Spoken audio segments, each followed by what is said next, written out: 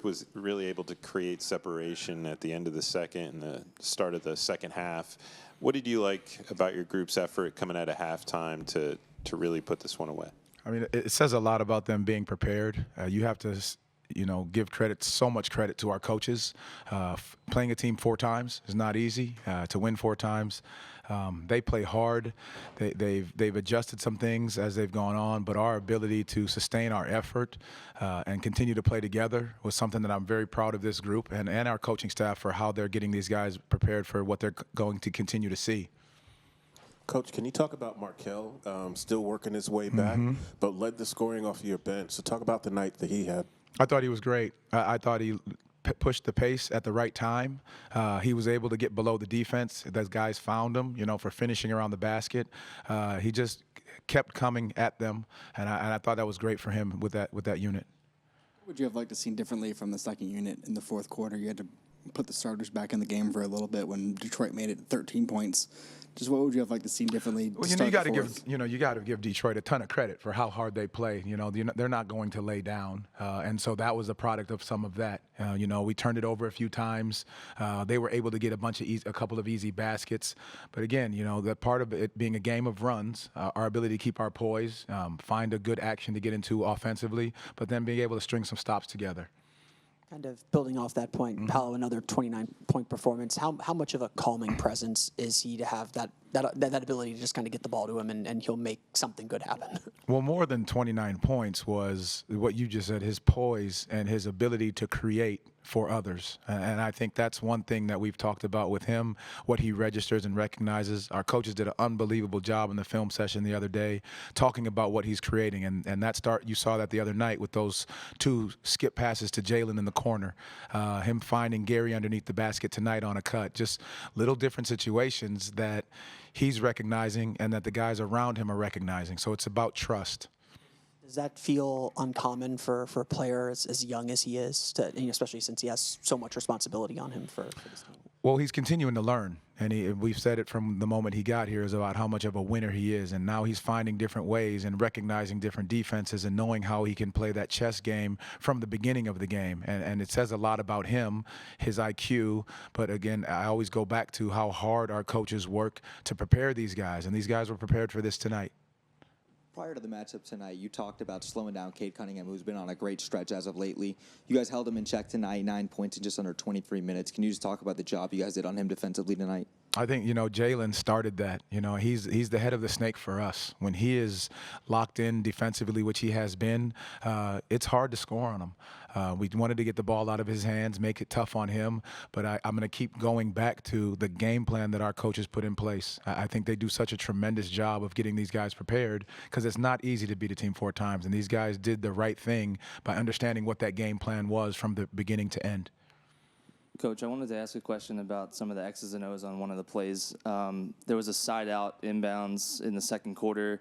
You asked Gary to go to the baseline, corner, near side, and he came up, got the ball at the top of the key, ran a screen and roll with Wendell. Wendell had an N1, and you looked super excited with what Gary did on that play, and it looked like you just called kind of the right thing with what you were seeing. Well, no, that was Wendell and Gary. That's not coaching. That was them. And this is what we've always asked them to do and be. So we basically called a single pin down for Gary. They recognized what the matchup was. If you notice, Paolo and Wendell switched at that moment. And the moment that they switched, it took the big and brought it over to Gary. So now the big has to help uphill. He dumps it off to Wendell for the and one. That's their communication. That's what we've asked them to do on the fly, because as we get into these tight games, it won't be my voice all the time. They're going to have to continue to communicate with one another, which is all we've asked them to do. Thank you, guys. Your group was really able to create separation at the end of the second quarter and at the start of the second half. What did you like about your group's ability after halftime to gain separation and put this one away? I think we were just really able to get stops. Thought we did a good job playing defense, forcing them into tough shots, and then not letting them get many second chance opportunities. So then the offense just, I think, fed off of that. Markelle, you didn't miss a shot tonight. Just what was working for you and how are you feeling after that? Feel good, obviously, man. Anytime you can go without missing a shot, but just going out there playing hard, man. Like I said, I'm not really worried about makes or misses. So there's other areas that I wish I could have been better at tonight, especially with that second unit, all those turnovers, trying to control that. But in all I care about is the win. So I'm happy we got the win. Markelle, it's obviously been kind of an up and down season for you health-wise. Having, coming out of the All-Star break, do you feel fresher? It seems like the jumper's got a little bit more lift on it. Seems like you're kind of finding that groove again. Definitely, just managing every day. Whether that's recovery, whether that's working out, whether that's sleep. Just trying to maintain. Around this time, everybody kind of gets a little tired, trying to push through. So just trying to find that groove of doing what works and sticking with it. You've come off the bench the last 3 games. Is that something that matters to you? No, I don't care. All I care about is helping this team win. Any way that I can do that. If I'm on the bench, cheering my guys on, bringing them water. If I'm in the game, playing as hard as I can. But I don't really care about that, man. I care about winning in any way possible. Paolo, per Magic PR, you're one of only 4 players in the last 40 years to average 26 and 4, with Michael Jordan, LeBron James, and Luka Doncic. You hit those numbers again tonight. What does that mean to you to kind of be grouped with those guys and do the things you're doing at 21 years old? When you say that with those names, it is kind of crazy hearing that. But I think just when I first got here, just wanted to just win. I think that was the biggest part, doing whatever it takes to win, and just playing, having fun with these guys. They always encouraging me to be aggressive, do me. And so when I hear that, I'm always on go. So just always, trying to play my game and do whatever it takes to win. I think has been my biggest thing these first 2 years. This question is for either of you. Last season, 34 wins. Tonight, 35th win of the season. What does that mean for this? What does that milestone mean for this group?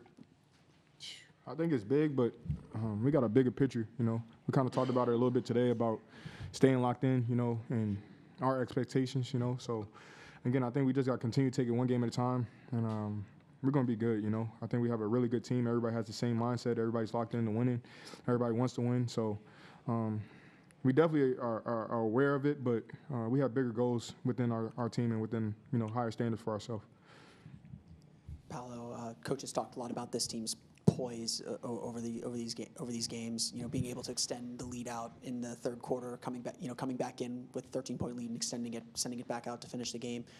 Where does this team and where does your poise come from to kind of thrive in these moments?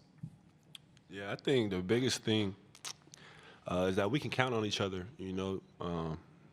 Joe, right before I came here, was joking around, told me make sure to tell y'all that, the bench, we gave the bench a break this time instead of us the other way around. So, like, us being able to count on them, when we're not playing as well, to lift us up and, take the lead or bring us back. And then, today, same opposite, where, they might have came out slow, and then they counted on us to come back and build that lead back up. So just having that trust in, throughout the whole team, whether it's the starting group, the bench group, we all trust each other and trust that, we can all go out there and win the game, for this team. So I think that's where it starts. This is a question for both of you guys. How important is it to kind of build a full head of steam and be, pretty much completely healthy as you make your way down the stretch run and into the playoffs here? Like, that's got to be super important just to build momentum and, right, like, kind of get those habits going down the stretch. I think it's huge for us, especially, with our schedule being able to play home a lot. I think it's going to be good for us just to feel what that's like to be at home, build a win streak, try to continue to take it one game at a time. But for everyone to be healthy and just keep building that chemistry going to playoffs is going to be huge, because in the playoffs, every possession matters. You got to know your teammate better than anything. So for us, just continue taking one game at a time, continue building, continue getting better. I think the sky's the limit. Thanks, guys.